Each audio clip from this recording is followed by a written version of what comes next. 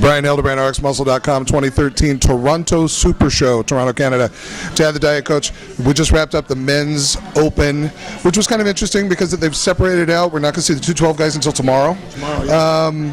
Overall impression, we expected Victor Martinez to look good. What'd you think? Yeah, I was expecting him to be a little. I wanted him to be a little fuller than he was last week because I think the complaint was that he sort of lost some size and didn't come in as full. I think he accomplished some of that, but still there's something lacking to where the old Victor, so to speak. But he was in great shape, and from my perspective and from the judges' perspective, they only called 3 guys out in the first call out, and he was the first guy. And he was also, he was the 20 of 28 competitors, so right. He'll more than likely pull this one through. Right. John De La Rosa, how did you see him? I saw him backstage and it was blown away. From the back, he looked incredible. Yeah, I mean, when they first had the 3 of them up there, John was in the middle, and I thought, wow, he might, John might pull this one through, and I was really rooting for him because I like John. He's got a great physique and a great front double bicep.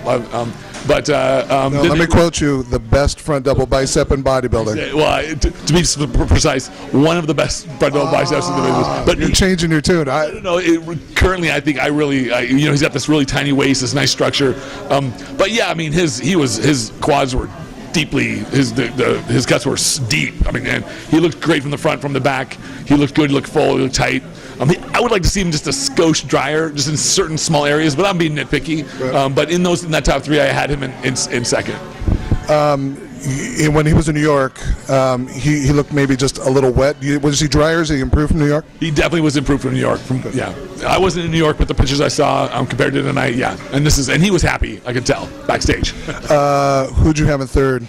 Well, they had Fuad, and I would have to, in general, agree with that. But I would have loved to see Frank McGrath right next to him because they only had those 3 out, and then they pulled the next second call out, and Frank was in that group along with Clarence and along with some other guys. Those are the only 2 standouts in the second call out, and I felt Frank had that second call out, and so that really puts him in the 4th place position. But I would really like to see Frank next to, Fuad, because he was harder, he was grainier. He wasn't bigger because Fuad's a big fella, but he was definitely has a nice look to his muscles, and he was really nice and dry and ripped. So that would have been nice to see. Bill Wilmore, who won here last year, where'd you see him? Probably out of the top 5. He just didn't. Last year was a different story. This year he didn't look quite as detailed as he did last year. He was a little bigger, so I was glad to see that, but he still lacks in the arms, and a lot more firepower came this year than came last year. That's just the truth. Yeah, it's a much deeper show. Yeah, and I could tell he was disappointed, but I mean, who wouldn't be after winning this last year and then coming back? But he still looked fantastic. He just needs to be, I think, his physique just lacks a little bit of the maturity that some of the other guys have. Even though he's a mature bodybuilder, his physique, just like his arms and his bis and tris, just needs some more size. And I thought that he needed to be a skosh leaner. It was interesting being backstage and watching these guys. Talking about Bill, he was gassed when he came off stage. I mean, gassed when he came off stage. Where Fuad was like, "Let's do this, let's go." He was fresh. And Fuad looked healthy on stage. He looked like he was, and that's what you need when you're a bodybuilder and you're down that lean. You have to be fully hydrated to a certain degree. I mean, you do have to dry out, but you do have to have those muscles hydrated well, or you're going to be pooped. Like we talked about before, I mean, he says he's done a 6-month prep getting ready for the show, and assuming he's going to build on and do a few more shows after this. And it worked.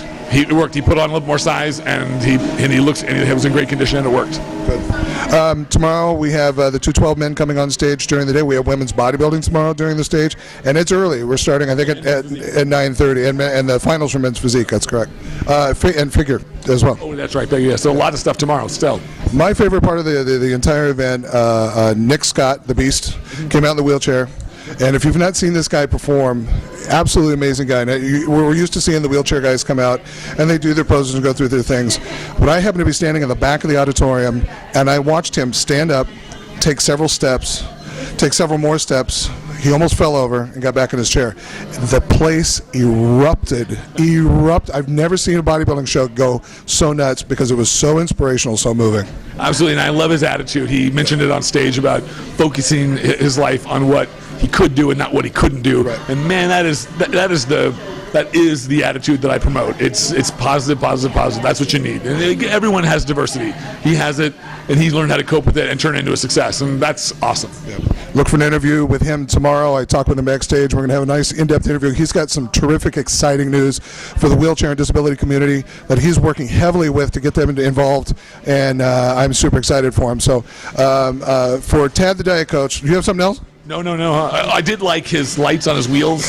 I think. See, I'm like a toy guy. You know, like I liked all the technos up. I was like, that was cool. Yeah, lights, and he had spinners. Yeah, like exactly. He was like, hey man, you got to bling it out sometimes. Yeah, he says that, and he quoting him, he says that's the way I roll. For Tad the Diet Coach, Brian Hildebrand, 2013 Toronto Super Show. Day 1 is a wrap.